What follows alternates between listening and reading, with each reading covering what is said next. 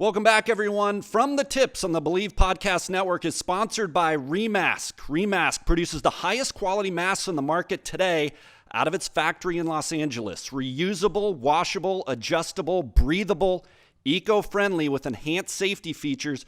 They're perfect for families too. 3 models, 4 different sizes. And for companies or organizations looking to brand, yeah, they're customizable. www.remask.com. That's REMASQUE.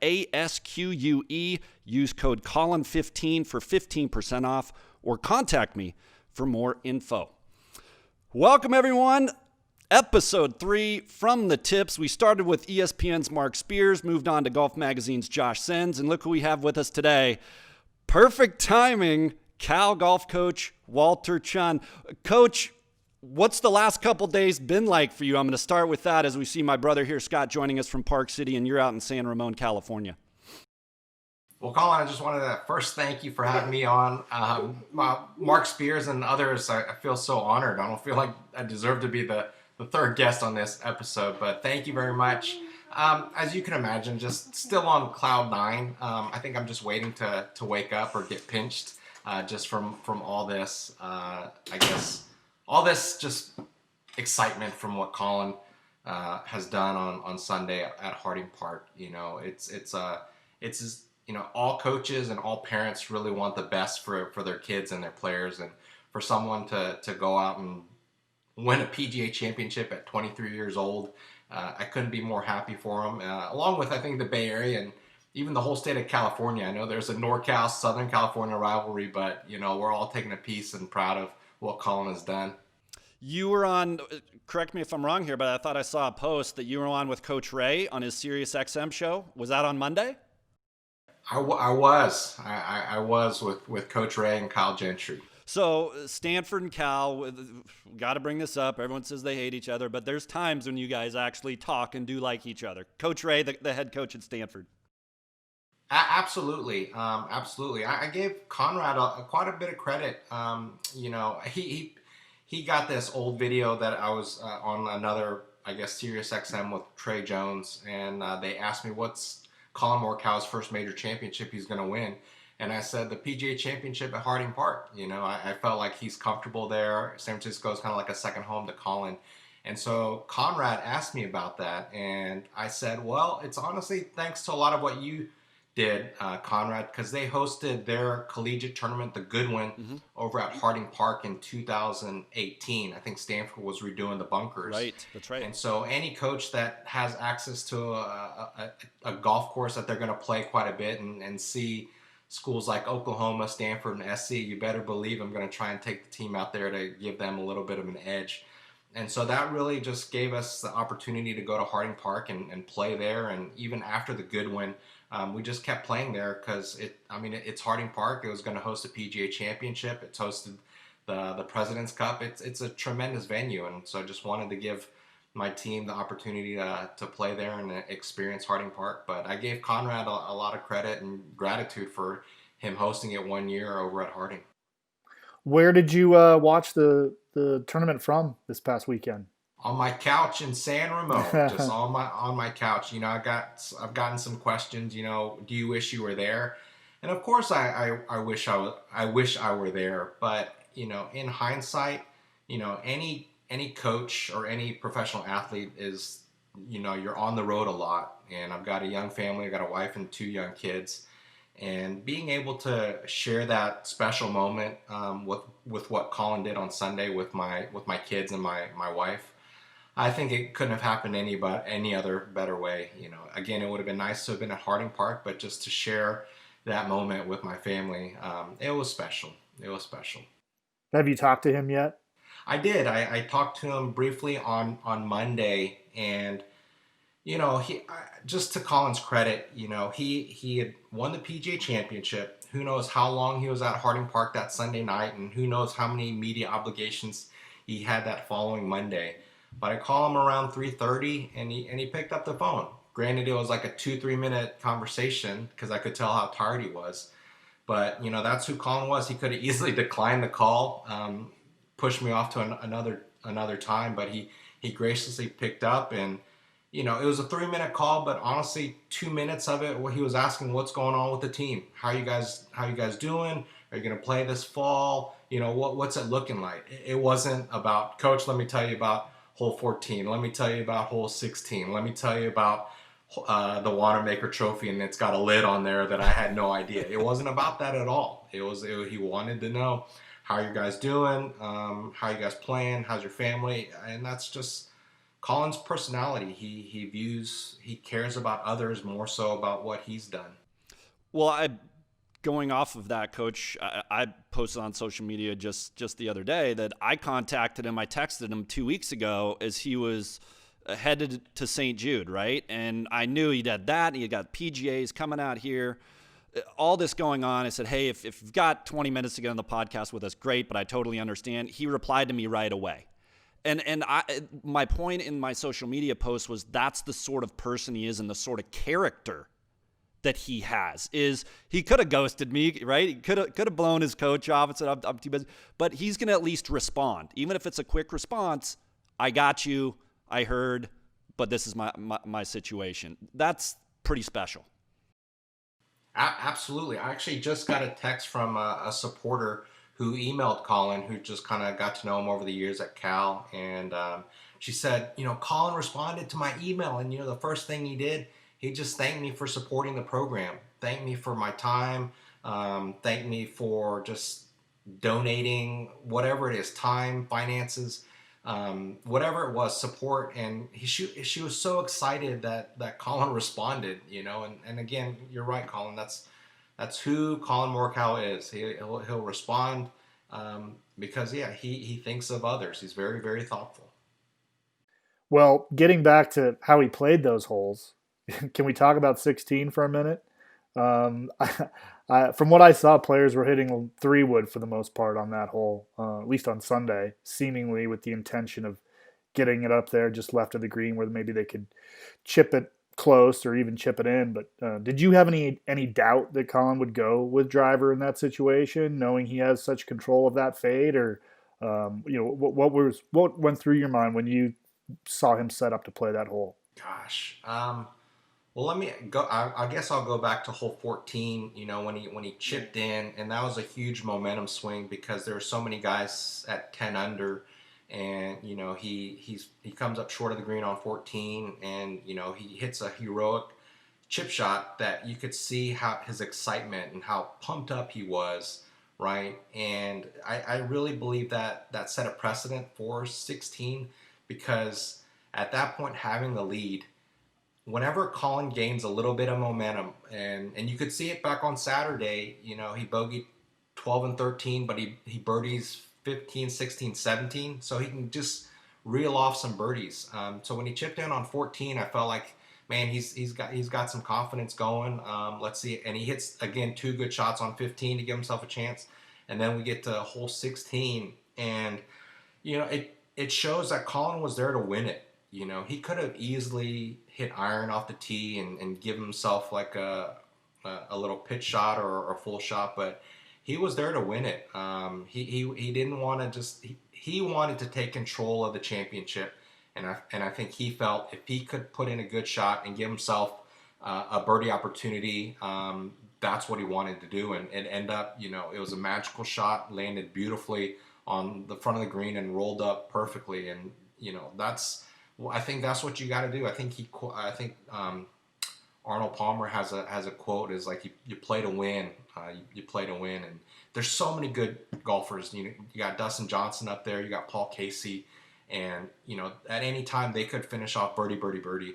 And Colin, he wanted to take command of the championship. He wanted to play to win, and all the credit to he and his caddy JJ for pulling it off and being confident in that shot. A couple quotes that he had post-round that really stuck out to me, and I want to get your reaction to them. In his post-round interviews, he was asked, was winning a major an immediate goal of his? And he said, of course, why not? If you believe in yourself, I believe I can do it. Why not have it as one of my goals? He also said, it feels like this is where I'm supposed to be. This feels like this is where I'm supposed to be, and we're only looking forward. I want to go out every single week and win. That surprise you or not coming from him? Uh, no, it doesn't. Well, in the sense that in talking to Conrad, one of the things he mentioned is that, Conrad, as a head coach at Stanford, he's learned a lot from his best players. And I can certainly attest the same for myself, that I've grown a lot as a coach because of Colin, and the attitude he has. And I've shared this phrase with others, but Colin has a perspective where he makes the unbelievable believable. And when I say that is I think we all know, like, the statistics against making it out on the PGA Tour, or the statistics of making it to the NFL or the NBA. The odds are against you, so to speak, right? Mm-hmm. But in Colin's mind, there are no odds when it comes to self belief. If he believes he can achieve something, then he should have that opportunity to believe in himself and make the unbelievable believable. And like, everyone's like, wow, Colin, in 15 months now he's number 5 in the world, and that's not common, but that's what I think the great athletes do. They have this amazing sense of belief despite the numbers, despite the odds. And I wouldn't be surprised if Colin bought a lottery ticket, believed he was going to win, and he wins, or he gets the Willy Wonka golden ticket. That's just the kind of the belief he has, and I'm thankful for that as a coach, and I'm also thankful that others can see that. When I say others, young aspiring soccer players, basketball players, golfers, whatever it may be, that you should never have limits. And as a coach, I shouldn't have limits on Colin or any of my players or any of my team. And so that's why I can say that he's honestly helped me grow a lot as a coach. A coach should not have boundaries, and neither should parents either. We should give our players, give our children the ample opportunity to make the unbelievable believable.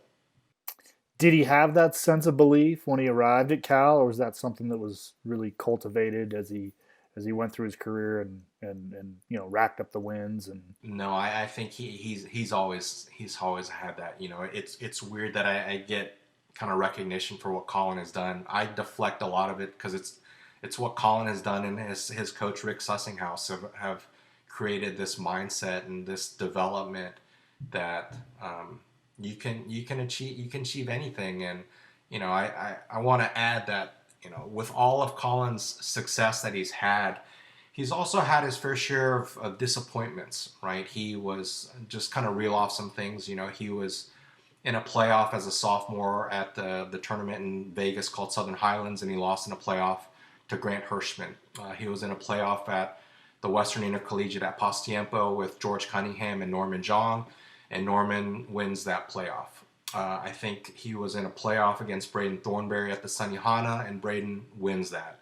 He lost to John Augustine at the Western Amateur, and then he lost to John Augustine at the U.S. Amateur at Pebble Beach. He was the bridesmaid at the Ben Hogan Award in 2018, and even in 2019. And what has he done through all these disappointments? What has he done through all these disappointments? He's bounced back. The Charles Schwab, he misses a short putt, and then he misses his first cut a few weeks later. And what does he do? He wins the Workday Championship, and then he goes on to win the PGA Championship. So that's just Colin's just ability to always look at the glass as half full and just put himself out there. Well, his 129, that's the lowest closing 36-hole total score by a champion in a men's golf major ever. That's crazy to think about, that he just threw himself in there as, like, when you talk about the greatest weekends ever in a major, now you're going to talk about Colin Morikawa. And it's vaulted him. I saw this today. He's 20-1 odds for the U.S. Open already. So is Tiger, and so is Xander. So he's put himself in that company immediately. It's crazy.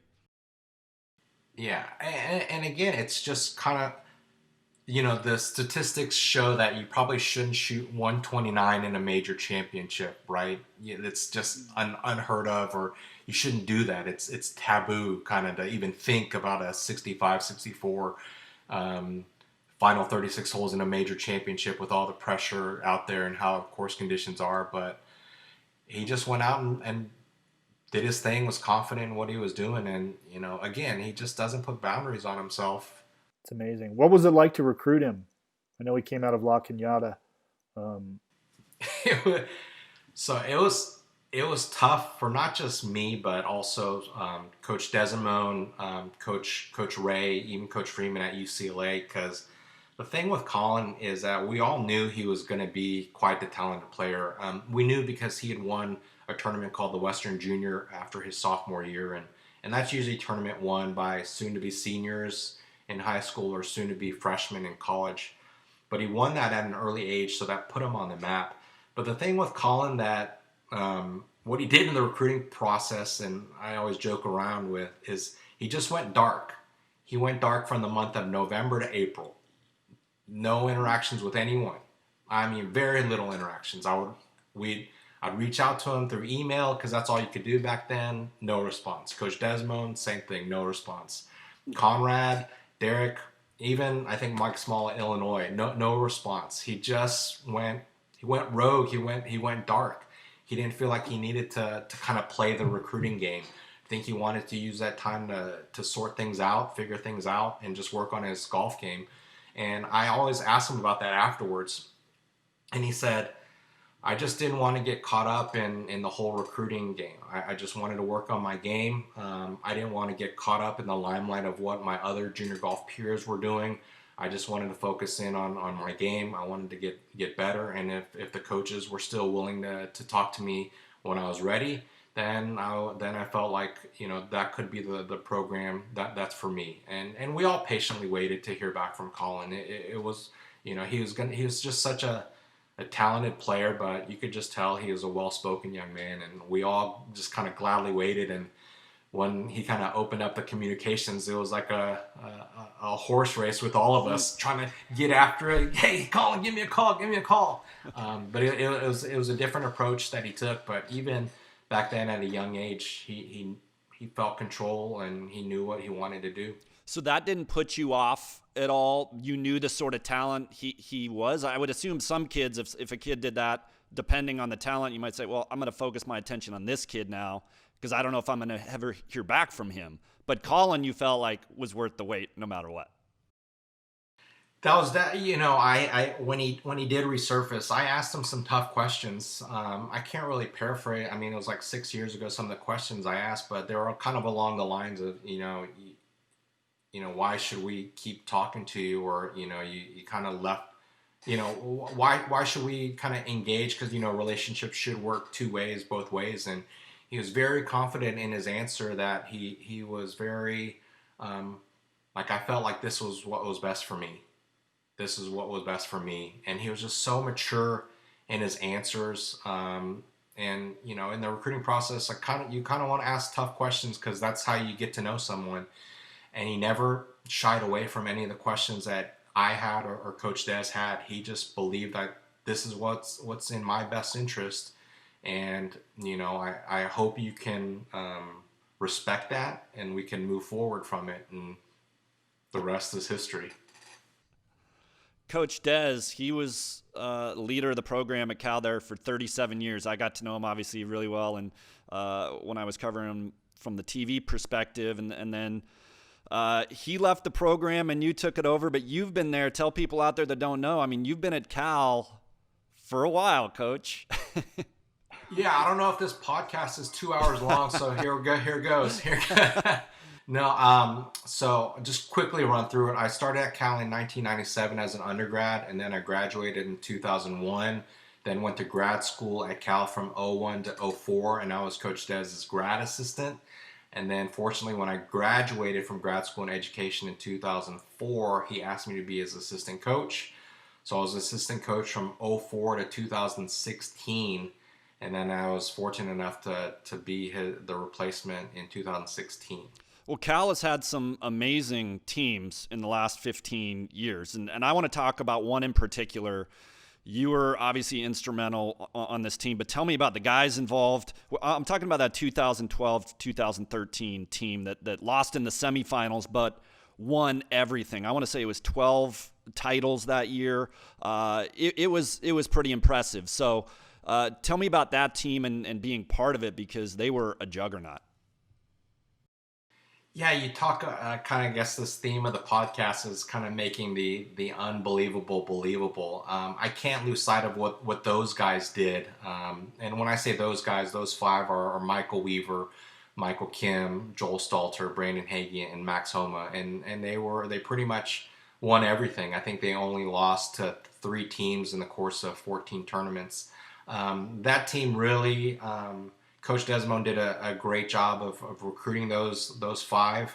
He did a great job of motivating those five, and they wanted to make their mark not just in Cal golf history but college golf history. And it's I guess what they accomplished. I mean, it speaks volumes to how hard they worked, but they just felt like they had an opportunity to do something special, really special, and again they didn't want to have boundaries on it, and they really used each other to motivate each other and to get better and get better and get better. And what they accomplished will forever be in the college golf history books. Unfortunately, it didn't pan out for them at the Crabapple course, but those guys really set a precedent, honestly, for Colin to come to Cal, because he saw, wow, those guys they accomplished a lot at Cal, and Cal's a tough academic institution, but those guys are, I think three of them were first team All Americans, and two of them were second team All Americans, and three of them were in the Haas School of Business. So it opened Colin's eyes to, like, hey, you can do a lot of good things at Cal. They have the resources, they have good facilities, and there should be no limitations. And I'm thankful for those guys. And even when Colin has played in some when he played in some PGA events at a young age. I think he was at the Safeway Open his sophomore year, and then he was invited to Bay Hill as a junior. Some of those guys really were kind enough to play practice rounds with him. Max Homa in particular really took Colin kind of under his wing to help guide him and make him feel comfortable, so to speak. And Max is a great guy. I think we can all attest to how funny he is, but he really has a heart of gold too. And he not just for Colin, but anyone that's kind of interacted with Max in the program, they can see his genuine hope for anything he can do to help them get better, or any advice he can give. That's where he really values the most. He gets a lot of joy out of helping others, and along with a lot of other Cal golfers. But those two kind of are the poster boys of Cal golf on the PGA Tour now. When you've got a group like that, like 2012's group, how does that impact your, say, management style? How does that affect the way you go about, coaching a team like that? It was pretty easy. Just drop them off at the golf course, go play golf. I'll give you a lunch after the first round. But I really am thankful for those five guys, because they had a rivalry amongst themselves, because they wanted to finish number one on the team for whatever that tournament was. But it never got to the point where it was cutthroat or demeaning in any way. It was very, very supportive. They wanted to play well, and if they got beat by another teammate, hey, that just helps the team out that much more. So I'm just thankful that they were really a family. They were like a band of brothers, so to speak, and there was no like ill will, or I wish I had gotten more recognition, or I wish so and so had interviewed me longer. It was for them. It was all about the team, and if they could keep pushing each other to get better, the team would benefit from that. We've got about 5 minutes left here, Coach, but I know Scott and I both wanted to ask you about what's going on with you in the coaching ranks right now. Obviously, everything's up in the air. Pac-12 just announced football's canceled for the fall season, might do it in the spring. But from a golf perspective, you're at home, we're at home. COVID times, what's this been like for you, and going forward, how are you trying to figure things out? It hasn't been easy, but I see the big picture in the sense that I'm going to revert back to Colin, because Colin has always been able to look at the glass as half full. Whatever the disappointment was, it's made him better. And yes, it's a disappointment that we didn't finish up our spring season earlier this year, and it's disappointing that this fall won't take place. But in the grand scheme of things, golf is full of setbacks, right? Any sport, if you're going to be the best, you're going to have setbacks. And so my job now is to put the onus back on the players and the team, and say, how are you going to look at this as the glass is half full? How are you going to use this as a golden opportunity to get better, either physically or learn more about patience, learn more about getting more mentally tough? Because I can use Colin. I can just reel off the disappointments that he's had, but how much better has he gotten from it? And again, golf, it's full of patience. We have to be patient if you're going to be successful. And I think it's an opportunity for my players to grow. They're 18 to 22, maybe 23 years old, and they want instant results. They want to get out on the golf course. They want to compete, right? But we can't do that right now. So what can you do to grow and be patient? And I'll give this analogy to my team when I talk to them in a few minutes. Is like when you're a parent, right? And do you want to give your kid, who's 6 or 7 years old, do you want to give them the video games all day long, right? The answer is no, because in the grand scheme of things, that doesn't do your son or daughter any good, right? You're caring in their best interest. Despite that they want to play, they are willing to play all day long, right? But you're not going to do that because you care about their well-being, right? And it's the same with those that make the decision at the Pac-12 and even the Big Ten. The medical group and the chancellors, the presidents, there are, I guess, our guardians and there are parents. They know more than we do. Despite our desire to want to play, they have the bigger picture in mind, and that's the health and well-being of our student athletes. And so I can't argue that. I'll just fully support it. And my players, they shouldn't argue it too, because it's like a 6-year-old having a video game all day. They'll enjoy it for that day, but as a parent, that's not in their best interest. Scott, I know one last question. We got 2 minutes left here. I know you wanted to bring up Y.E. Yang for Coach. Well, Coach, I spent a good chunk of time over in Southeast Asia working for a company that was representing a lot of golf resorts, courses, hotels affiliated with them. And I saw the boom that was happening there with golf firsthand. And up until obviously this last weekend, Y.E. Yang was the only player of Asian descent to win a major. What impact do you think Colin's win will have, or do you think it will be any different than Y.E. Yang's win was? Ooh, that's a great question, and I think in light of all that's going on with COVID and this pandemic, golf is, I think, booming quite a bit. I think ratings are going sky high, and I think with Colin's win, it's just going to increase the popularity of the game. I think so many are going to see, I guess for a long time, golf really hasn't been up there with like football, basketball, baseball, but you could see the excitement that can come out of golf, and I'll give you a great case in point. My wife, she doesn't really know much about golf. Trying to explain par threes, par fours, par fives, distances, birdies, that's tough. But even she's glued to the screen watching Colin play, whether it was at the Workday or the Charles Schwab. She just gets excited for it, and I think a lot of people have been excited, or a lot of people were excited to watch things unfold at Harding Park, and it's only going to get better with golf. There are a lot of kids in college right now, and even up and coming junior golfers that are going off to college that are going to just make the game better and more exciting. So I think just seeing Colin do what he's done, but you could say the same for Matt Wolff and Victor Hovland. In what Victor's doing for the kids in Norway.